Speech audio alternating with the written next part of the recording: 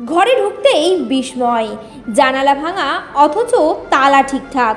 কি ঘটলো ভেতরে তা কেউ জানে না। হাউজিং কোয়ার্টারে দুঃসাহসিক চুরি, নগদ টাকা সোনার গয়না উধাও। নদিয়ার কৃষ্ণনগরে পুলিশ সুপারের অফিস থেকে মাত্র 1 কিলোমিটার দূরত্বে সরকারি হাউজিং কোয়ার্টারে ঘটল দুঃসাহসিক চুরি। জানা গেছে, কৃষ্ণনগর জোড়াকুটি হাউজিং কোয়ার্টারের বাসিন্দা পিডব্লিউডি ইলেকট্রিক্যাল দপ্তরের কর্মী গোপীনাথ মান্ডি গত বৃহস্পতিবার কাজে বাইরে ছিলেন।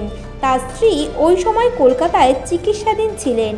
শুক্রবার মাকে নিয়ে যখন তিনি বাড়িতে ফিরে আসেন, প্রথমে সদর দরজার তালা স্বাভাবিক অবস্থায় পান, কিন্তু ভেতরে ঢুকতেই দেখেন ড্রয়িং রুমের জানালা ও গ্রিল ভাঙা।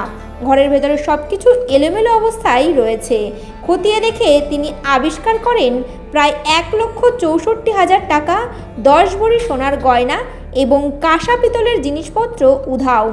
কয়েক লক্ষ টাকার জিনিসপত্র চুরি হয়েছে বলে দাবি করেছেন তিনি। ঘটনার পর গোপীনাথ মান্ডি কৃষ্ণনগর কোতোয়ালি থানায় অভিযোগ দায়ের করেন। পুলিশ ঘটনাস্থলে পৌঁছে তদন্ত শুরু করেছে। ইতিমধ্যে একটি সিসিটিভি ফুটেজ পুলিশের হাতে এসেছে, যা খতিয়ে দেখা হচ্ছে। সরকারি আবাসনের ভেতরে এমন চুরি কিভাবে সম্ভব হলো তা নিয়ে এখন তদন্তে নেমেছে কোতোয়ালি থানার পুলিশ। নদিয়া থেকে মলয়দের রিপোর্ট, HPI নিউজ।